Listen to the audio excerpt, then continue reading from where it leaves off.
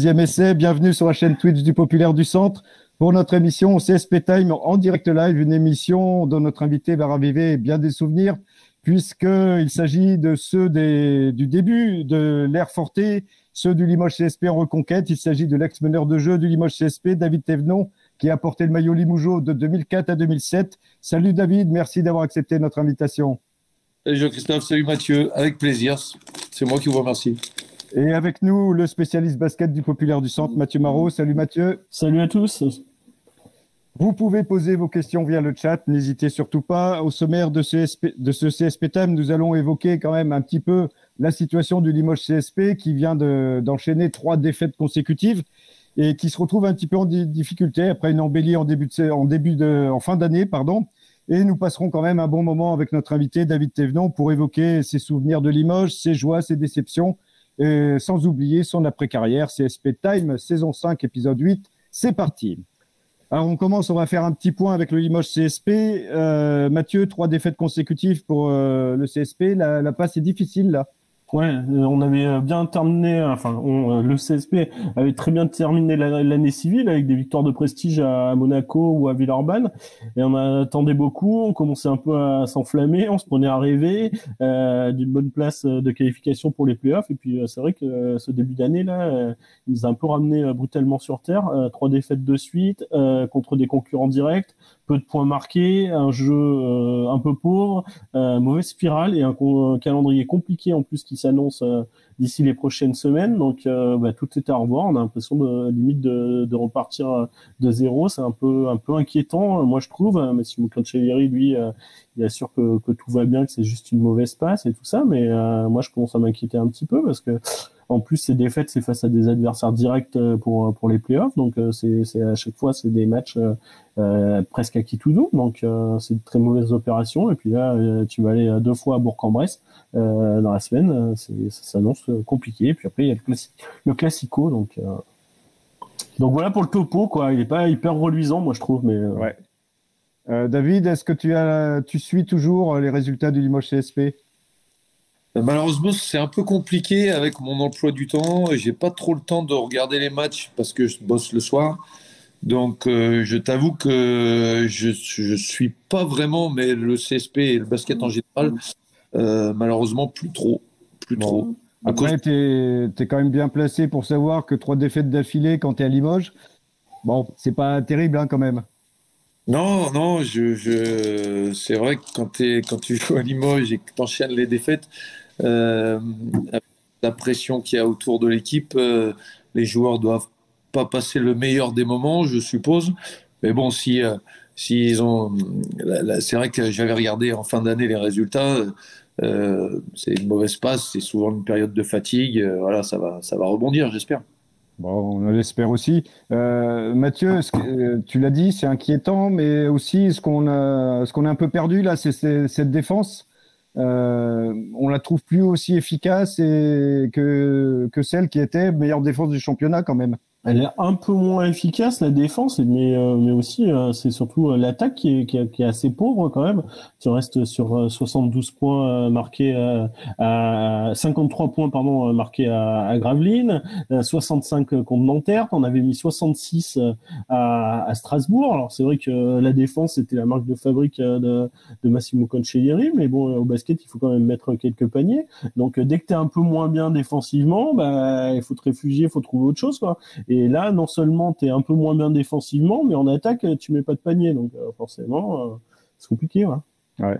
David, la défense à Limoges, c'est quand même un des rares endroits où un joueur qui va faire une grosse action défensive, il va être applaudi par le public quand même.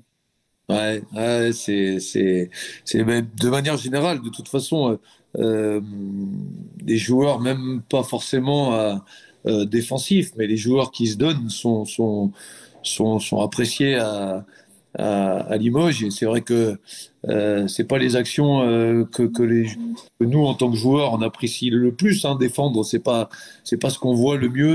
Mais à Limoges, on est reconnu pour ça et c'est vraiment agréable. Ouais. Mathieu, encore un petit point calendrier là. Donc, tu as dit 2 fois Bourg-en-Bresse en quelques jours et puis une suite plutôt coton quand même. Hein. Ah ouais, c'est coton. Samedi, Bourg-en-Bresse. Mardi, Rebourg-en-Bresse en Coupe de France. Après, Les deux à l'extérieur. les deux à Equinox. Ouais. Après, ce sera la réception de Pau Orthez, le Classico qui a été décalé, qui a rejoué. Et t'enchaînes par la réception de Strasbourg. Après, il faudra aller au Portel, qui va quand même beaucoup mieux.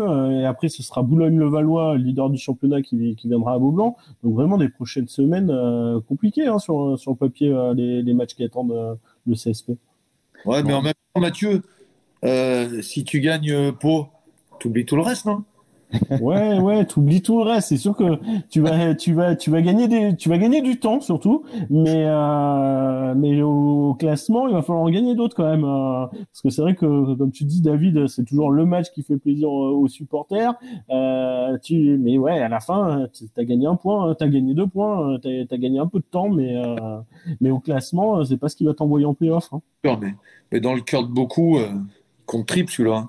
Ouais, oui, non, mais ça c'est sûr, hein, c'est toujours le cas. Mais tu peux aussi perdre celui-là et enchaîner quelques défaites. Et là, t'as tout perdu par contre.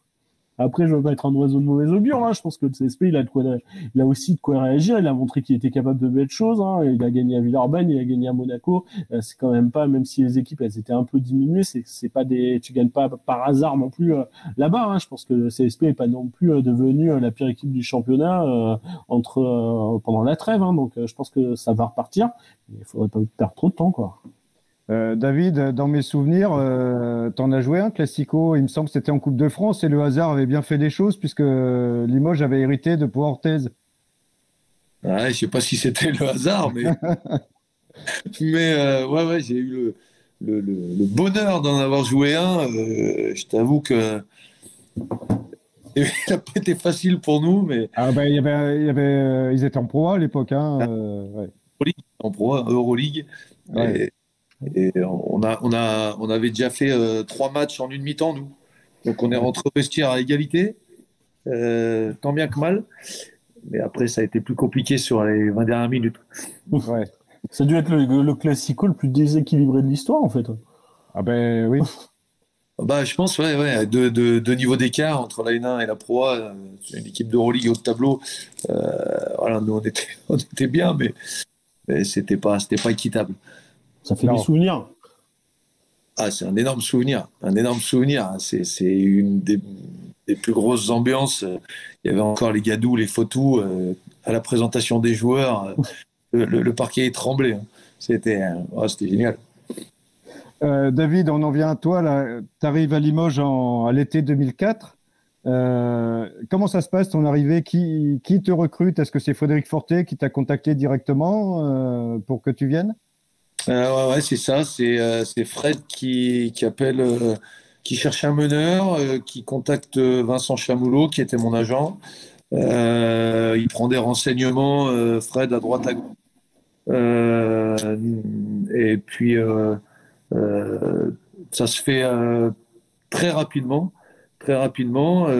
Pour moi, c'est vraiment un coup de chance parce que j'arrive d'Angers. Ouais. Le recrutement traîne un peu. On était en Pro B à ce moment-là. Et puis ça se fait, ouais, comme tu dis, dans le mois de juillet, mais c'était très très rapide. Ouais. Ouais. Et t'as pas hésité quand Limoges vient te chercher, même si c'est de la N1 alors que tu es en Pro B à l'époque? Bah, Jean-Christophe, moi je m'appelle David Thévenon. À ce moment-là, j'ai fait que de la Pro B et de la N1. Il y a le CSP qui t'appelle. Je crois que tu réfléchis. N1, N1, N2, N3, Pro A, ce que tu veux, tu réfléchis pas, tu fais tes valises et tu pars. Ouais. Et pourtant, quand tu arrives, tu dois t'apercevoir que le club, il est vraiment en. Ça redémarre, hein, parce que il n'y a pas grand-chose en place, hein, quand même, quoi. Ça t'a pas été trop effrayé? Bah, j'ai été effrayé des deux côtés parce que malgré que le club repartait à zéro, quand tu arrives premier entraînement et que tu vois 500 personnes dans la salle, la télé, la radio, le match, et que toi tu arrives, tu n'as jamais connu ça, tu te dis bah, putain, qu'est-ce que ça devait être avant, hein. Mais non, ouais, pour moi, ça restait quelque chose d'énorme même quand on est arrivé, même à ce moment-là, quoi. Ouais. Donc, ça veut dire tout de suite, tu vois que tu arrives dans un club à part. tu mets 2 minutes à comprendre. Tu mets 2 minutes à comprendre. Je suis arrivé une demi-heure avant le début de l'entraînement. Je me suis changé, j'ai parlé avec mes coéquipiers. Je suis rentré dans la salle. Je suis sorti du sas. Il y a eu une bronca. Je me suis demandé ce qui m'arrivait. Je me suis retourné. Il y avait 500 personnes. C'était incroyable. Et là, bah, là voilà, tu dis, bon, ok, bah, va pas falloir se trouver, hein. Et pourtant, les débuts ont été quand même pas simples, hein. Ça a été difficile, hein. Ouais, ça a été très, très. La première année, bah, déjà la méthode d'Hugues, Ouais. on a mis du temps. C'était un acharné de travail, une rigueur et une exigence énorme.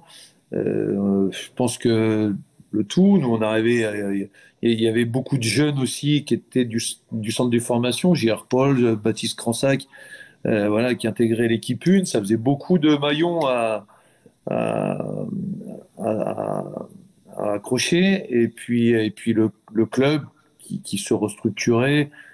Voilà, c'est vrai que ça a été. Et puis malgré tout, on était le CSP qui arrivait, on jouait tous les samedis un match de gala, quoi, Ouais. dans les autres. Donc il fallait qu'on soit très bon pour gagner les matchs. Et au départ, on n'était peut-être pas forcément préparé. En plus, il y a quand même Fred aussi qui tombe malade très vite. Ouais. Et si tu te souviens, le premier match que vous faites sous ses yeux, ben, vous le perdez en plus. C'était Longwy. Ouf. Ouais. Pas meilleur souvenir. Ouais. Pas meilleur souvenir. Ah non, celui-là, il fait mal parce que c'est la première fois où on se faisait siffler. Euh, Celui-là, on s'était juré de ne pas revivre ça dans l'année parce que ça fait mal, hein. Moi, c'est la première fois que je me faisais siffler par mes supporters. Après, c'était vraiment à juste titre parce qu'on avait été vraiment pas bon au-delà du basket, mais dans l'engagement et dans les valeurs. Mais on s'était dit première et dernière fois. Ouais. Et tu l'as dit, à chaque fois, c'était match de gala. Partout où vous alliez, vous étiez attendu, quoi. C'était, alors que le Limoges n'avait rien à voir avec le champion d'Europe 93, mais quelque part, Limoges arrivait avec ce titre de champion d'Europe et fallait assumer. Et c'était dur. Ah ouais, bah, complètement, hein. On arrivait dans les salles, des salles où il y a des salles où il y avait personne. Valence Condon, qui était petit bled, il n'y avait jamais personne. On arrivait là-bas, c'était plein à craquer, quoi. Donc c'était vraiment match de gala pour tous les samedis, tous les 15 jours à l'extérieur. Bah, c'était la Coupe de France tous les 15 jours, quoi. Ah, c'est ça. C'était vraiment. Mais bon, tant mieux, hein. Pour nous, c'était bien, hein. C'est quand même plus agréable de jouer dans des salles pleines avec de l'ambiance que devant 50 personnes, quoi. Alors, il y avait des salles pourries quand même, hein. Autun, je sais pas si tu te souviens, mais Ouais, j'habite à côté encore, hein. ouais. Et ils ont toujours la même salle. Ah, ils ont toujours la même salle et elle est pas mieux. Il y avait Pierre-Henri Bronchard à l'époque, hein, qui jouait à Autun. Enfin, vous aviez ramassé là-bas, hein. Ouais, mais ça, tu sais, j'ai une mémoire sélective, moi, je m'en souviens. Ouais. Donc celui-là, tu t'en souviens. Bah, alors, moi, je m'en souviens parce que le voyage était dégueulasse. Enfin, pour aller là-bas, c'était affreux. Et puis en plus, la salle, c'était quand même assez incroyable. Cette période de N1 aussi, c'est le début de grosses rivalités avec Boulazac et avec Poitiers. Ça naît là quand même, hein, les rivalités là. Ah ouais. Après, c'était différent entre Boulazac et Poitiers. Parce que Poitiers était vraiment enfin les deux, c'était pas des grands clubs comme nous, mais on avait le sentiment que Poitiers, ils avaient tendance à s'inspirer un peu du CSP. Enfin, nous, on le ressentait, on l'a ressenti comme ça. Boulazac, c'était différent parce que ouais, il y avait vraiment une grosse rivalité. Euh, C'était le naissante- côté sud-ouest avec des anciens Palois, hein, qui étaient là aussi, hein. Comment? C'était le côté sud-ouest avec des anciens Palois, hein. Ah ouais, c'était ça. Donc. Eh oui, oui, oui, Berthorel et compagnie. Ouais. Ouais, mais en fait, voilà, t'as résumé, hein. La différence, c'était juste leur situation géographique, hein, entre les deux, quoi, entre Pau et Limoges. Je crois il me semble qu'ils avaient fait leur choix. Oui, oui, oui, oui, oui.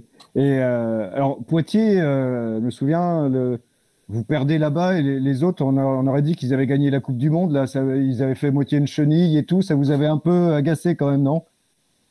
Ouais, bah tu sais, on n'était pas une équipe qui aimait bien perdre. Euh,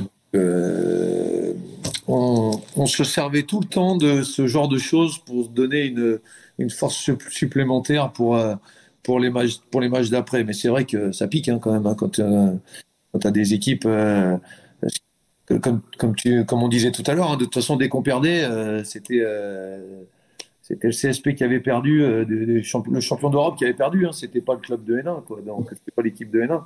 Donc ça partait dans tous les sens. Voilà, on avait l'impression d'avoir perdu la finale olympique, quoi. Ouais. Il y avait quelques mises au point présidentielles de temps en temps là dans les vestiaires.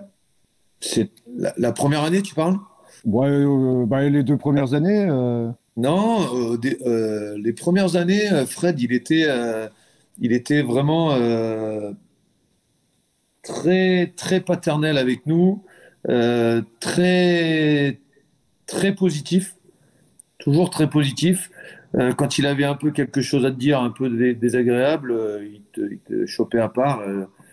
T'allais dans le bureau et voilà. Mais sinon, dans son management collectif avec l'équipe, c'était toujours très positif. Et il intervenait pas dans les vestiaires. Ouais. Bah, je pense que Hugues, il n'aurait pas aimé. Je crois aussi, hein, ouais. Est-ce que, bon, dans toute cette aventure Limoges-Aude, il y a quand même, on parlait du Classico, mais il y a quand même eu ce fameux match contre Poitiers, 6000 personnes dans Beaublanc, le match en direct à la télé, celui-là, c'était quand même incroyable. Ah bah c'est l'apothéose, quoi. C'était vraiment enfin, pour moi c'est le match exceptionnel de ma carrière, quoi, avec tout ce qu'il y avait autour, quoi. C'était vraiment j'ai jamais ressenti ça avant et après un match. C'était vraiment toutes les émotions, les sentiments étaient vraiment démultipliés. C'était sensationnel, une ambiance incroyable. Et puis là, c'est nous qui jouions la finale olympique dans notre tête. Donc, et en plus finir par une victoire et puis avec la manière, euh, c'était magique, quoi. Il y avait une pression sur ce match avant, là, la semaine d'avant, là, vous sentiez quand même qu'il était à part, celui-là? Bah, tu sais, la pression, elle est constante à Limoges. Elle est constante. Moi, je pense que c'est de la bonne pression. Quand tu es sportif, c'est de la bonne pression parce que après, on était quand même un. Donc, voilà, il y a moins d'enjeux financiers et tout ça. Mais la pression, elle est quand même à chaque instant, quoi. Des supporters, des médias, des dirigeants, de Fred, de Didier Dobels, comme il était GM. Voilà, il y avait tellement de grosses attentes qu'il y avait il y avait forcément une pression. Et puis c'était le match de la montée, quoi. C'était le match de la montée. Donc il fallait gagner à tout prix. La semaine, on avait été un peu mis au vert, on avait mangé ensemble le midi. Ouais, c'était plutôt pas mal au niveau pression. Et en plus, vous faites un gros match quand même. Ouais, enfin, de ma mémoire objective, on va dire. Je sais pas si c'est objectif, mais ouais, on avait fait un énorme match. Un énorme match. Mathieu, tu étais tout jeune, toi, là, à cette époque, là, tu te souviens t'as des choses qui te reviennent de cette époque où tu suivais ça de très loin? Non, franchement, je vais être honnête avec toi, je suis ça d'assez loin. C'est pas l'époque que je maîtrise le mieux sur le CSP. Allez, Là, on est sur quoi? On est sur du. Ouais, vas-y. je Hein? quitte la conversation. J'ai pas compris. Excuse-moi, David. J'ai dit salut, moi je quitte la conversation. Non, tu bouges pas, tu bouges Ah pas. ouais, mais là j'étais en pleine étude et tout. Je me suis renseigné quoi. Et puis, mais c'est vrai que quand tout le monde en parle, enfin aujourd'hui, cette période, elle fait aussi partie à part entière de l'histoire du CSP parce que c'est vrai qu'on parle du titre de 93, du triplé de 2000, mais un des trucs les plus fous, c'est quand même de savoir que le CSP, il a mis plus de 5000 personnes dans Beaublanc pour un match de N1, que c'était en direct sur France 3 Limousin. Enfin, aujourd'hui, je suis sûr qu'il y avait des audiences que tu vois même pas aujourd'hui pour peut-être un Monaco-Villeurbanne. Hein. Alors je sais pas si on doit en rire ou en pleurer, tu vois, par rapport au basket français, mais c'est quand même assez fou, quoi. Il y avait 500 personnes dans la salle pour un entraînement de N1. Il y a des clubs de N1, je suis même pas sûr qu'ils fassent ça les week-ends pour un match officiel. Donc ouais, non, moi, je vais être honnête, c'est pas la période que je maîtrise le mieux, mais beaucoup de respect. Et ouais, ça fait partie intégrante de l'histoire de ce club. C'est aussi pour ça il est si particulier pour son aventure en N1. David, est-ce que ces saisons-là, c'était quelque part des saisons qui comptaient double dans une carrière de joueur, voire triple? Bah, déjà, elle comptait double, voire triple physiquement avec Hugues. Ouais. C'était si dur que ça quand même? Ah, c'était vraiment usant physiquement. On s'entraînait vraiment comme des malades matin et soir. La première année, je peux te dire que la première partie de saison où on est quand même en TP tous les dimanches, on avait rendez-vous à 5-6 heures du matin à la descente du bus autour du lac. Sur les pistes d'athlée, sur le terrain de rugby, on se tapait des 3-4 heures de sanctions. Ouais, ça a été dur physiquement, mais non, sinon non. C'est hormis ça, mais bon, pour moi c'est peut-être la normalité. Hein, sachant qu'en N1, c'est peut-être le niveau qui s'entraîne le plus. On n'a qu'un match par semaine. À ce moment-là, tous les clubs n'étaient pas pros. Nous, on était pros, donc c'était normal qu'on s'entraîne plus que les autres. Mais non, c'est la normalité, je pense, du sportif professionnel que de s'entraîner. Enfin, pour moi, c'est normal. Et, et aujourd'hui, on en avait parlé quand on s'était contacté. Pour toi, c'est le grand moment de ta carrière, cette période de Limoges. Ouais, c'est même pas comparable avec les autres clubs. Pour moi, c'est 3 saisons enrichissantes, sportivement, humainement. J'ai vécu mes plus beaux moments, même il y a un bémol sur la dernière année, mais sinon c'est pour moi mes meilleurs et mes plus beaux souvenirs en tant que joueur. Et de très très loin. Et de très, Ouais. très loin. Et s'il y en a un souvenir qui est plus fort qu'un autre, il y en a un, c'est...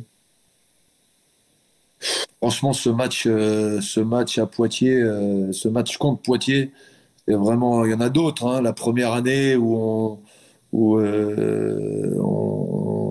vit tous ensemble la fin du match euh, avec le casque sur les oreilles et le public qui reste dans la salle. On apprend que Oui, c'était... On attendait le résultat de Longwy contre Levallois, je crois. voilà. Ouais. Donc voilà, où on apprend que là, bah, c'est mort. Et puis au-delà du basket, j'ai des moments, j'ai mon meilleur pote, voilà, qui est Moujo. Donc au-delà du basket, c'est beaucoup de bons moments. Ouais. Et est-ce que tu as gardé des contacts avec des équipiers de l'époque? Ah ouais, bah, Powell, euh, Ouais, que de temps en temps, Camille, Diamori. Ça m'est arrivé d'avoir euh, Villet, ouais, vous connaissez, j'ai gardé quand même des comptes de Vincent Jamin, qui s'entraînait, qui était sparring partner avec nous, Baptiste Cransac. Ouais, j'ai gardé pas mal de contacts avec les gars, quoi, même si ouais. c'est rare, mais on est toujours ravis de s'appeler et de se voir. Ouais, vous avez eu un truc commun qui est pas commun, justement. Ouais, c'est complètement ça, quoi. C'est- Ouais.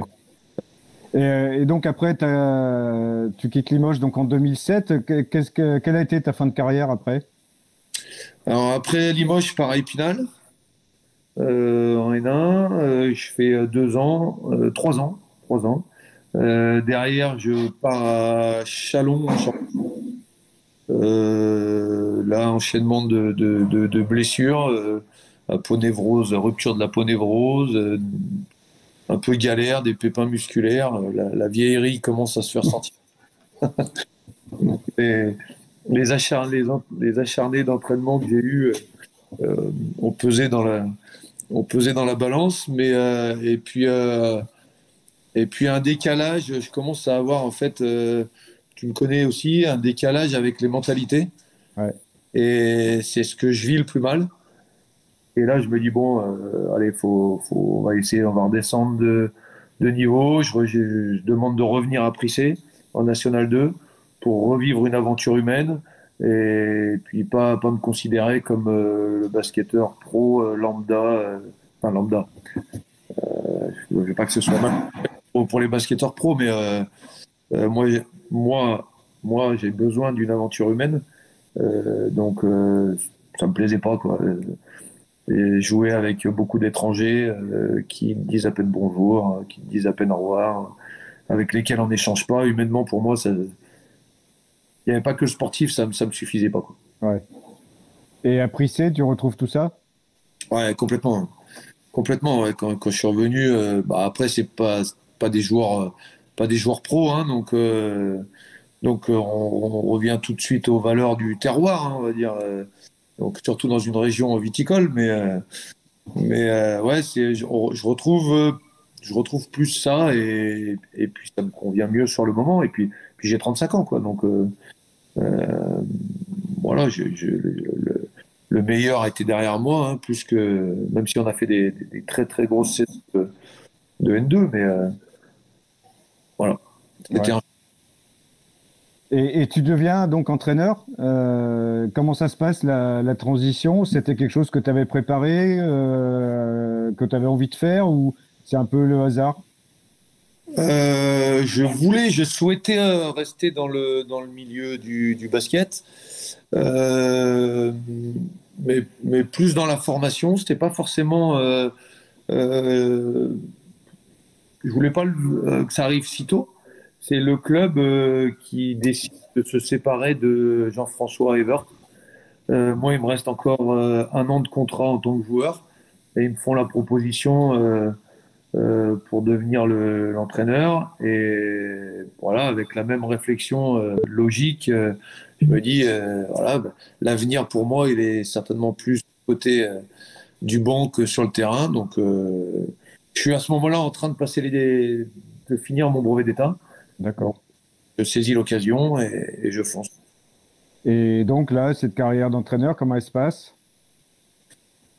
Elle se passe bah, les premières années de N2, la première année notamment est un peu compliquée, hein, complètement dans l'apprentissage du métier. Mais malgré tout, j'apprends beaucoup. Après, j'arrive à faire les playoffs en N2. Derrière tout ça, des soucis d'ordre privé. Donc, fin de l'épisode Prix CN. Malgré tout, je reste dans l'environnement du basket. Et là, aujourd'hui, je suis entraîneur dans un club du Lyonnais, responsable technique dans un club du Lyonnais, entraîneur aussi dans le club de Charnay et Mâcon, des filles.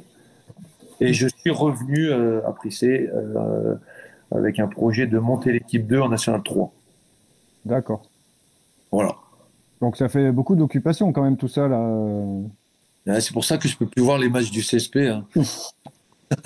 Alors, ouais, non, c'est un peu Tetris au niveau des emplois du temps, mais moi ça me plaît, donc ça va. Bon, alors au niveau du chat, là, il y en a un qui nous demande si tu as toujours des nouvelles de Pierrick Lazare. Ouais, ouais. Ouais, ça fait un petit moment que je l'ai pas eu. Pierrick, il avait arrêté tôt sa carrière, hein, très Ouais, très tôt, ouais, ouais, ouais.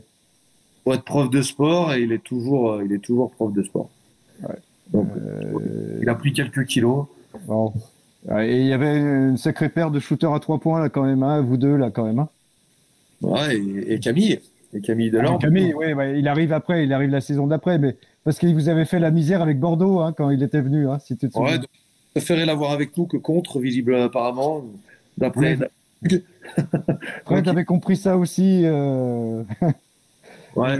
Alors, passez le bonjour de la part de son meilleur pote. Dites-lui que je l'aime et qu'il me manque. Locristang. Alors, je ne sais pas à quoi ça correspond. Poteau, c'est signé. Bon, ben voilà. Je n'ose pas Hein. dire non, mais c'est Christophe Semavoine qui aujourd'hui aussi vice-président des filles à Limoges De l'ABC? Du LABC. Donc je l'embrasse et moi aussi je l'aime. Bon, ben voilà, le message est passé.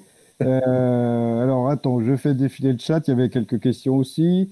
Bon, ben, les anciens coéquipiers, c'est bon, on en a parlé. Les classicos contre Boulazac et Poitiers, ben voilà. Alors, une petite question pour Mathieu. Il y a eu une nouvelle qui est tombée cette semaine pour le Limoges CSP. Prochain directeur sportif, Kevin Onstedt. Qu'est-ce que tu peux nous en dire rapidement? Scout international, 30 ans, né à Fontainebleau, il doit faire 2 mètres, ancien joueur de national. Voilà, un gros réseau. Apparemment, tous ceux à qui tu parles de Kevin Onstedt, ils te disent il possède vraiment un énorme réseau. Il est en contact avec des équipes d'Euroleague.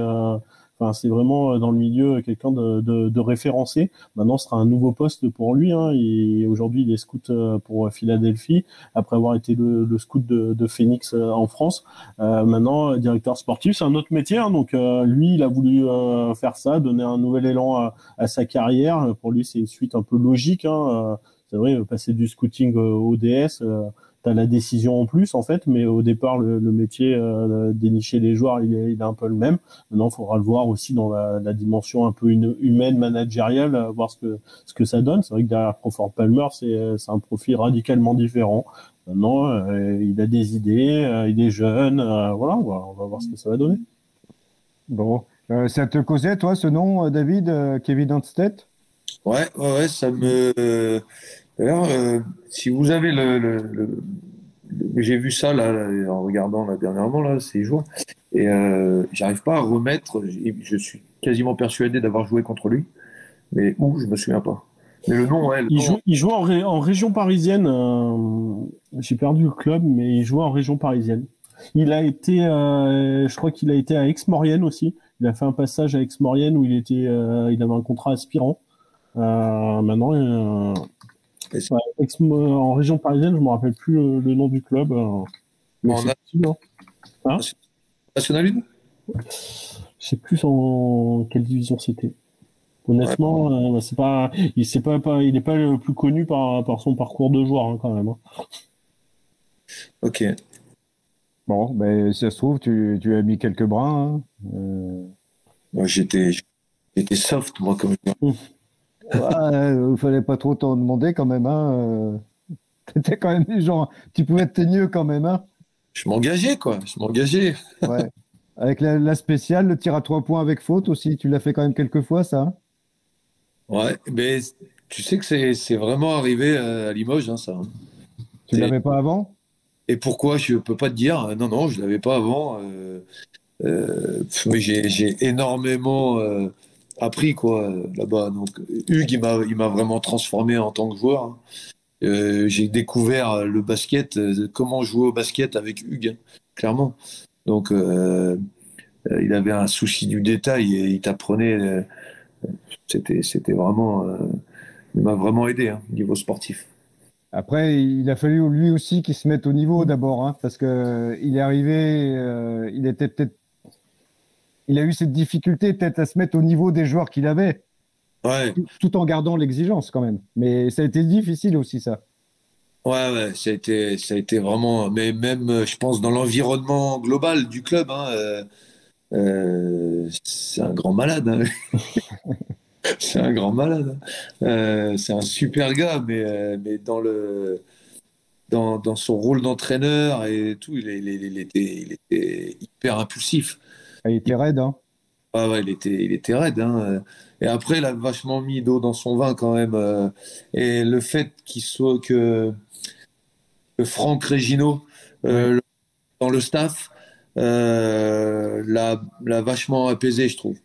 Voilà, Franck, il a eu un vrai rôle avec Hugues, parce que lui, c'était l'eau et le feu, quoi. Ouais. Donc, Mais ouais, il est venu mettre un peu d'huile dans les rouages et il y en avait besoin, quoi. ouais, ouais, complètement, parce que vraiment, au moindre truc, ça partait, les ballons, je veux dire, il y a des ballons qui sont pas passés loin de nos têtes, hein, avec des grandes reprises de volée, alors qu'on était à 2 mètres. Non, mais on a pas mal de souvenirs comme ça qui sont, Aujourd'hui, on en rigole, hein, mais sur le coup, il faisait flipper. Hein, lui. Ouais, puis il était planté quand même, hein, le garçon. Hein. Ouais, ouais. Il plantait, et puis il a beaucoup il en impose beaucoup. Il avait beaucoup de charisme, beaucoup de. Mais puis quand il jouait encore, il nous mettait la misère. Hein. Ouais. Donc, on le respectait énormément. Quoi. Tu sais qu'il est au Maroc en ce moment? Ah non. Il Non. entraîne au Maroc une équipe de club au Maroc. Ah ok, je savais qu'il donnait des cours à la fac du côté d'Antibes là, l'année dernière et Ouais, ouais. et donc il a repris en tant qu'entraîneur là. Voilà. J'ai eu des nouvelles de lui au moment de son anniversaire, là, au mois de décembre, et il m'a dit je suis au Maroc et j'entraîne un club. Donc apparemment Bon, ça va. on va aller faire un sujet. Ouais, il faudra peut-être qu'on le joigne pour essayer de voir. Non, on va aller le- sur place, Jean-Christophe. On va aller faire Ah un aussi, sujet. oui. On Alors va j'ai faire un peut-être y aller sujet. parce que je connais mieux que toi quand même. Non, t'es très occupé, toi, en ce moment.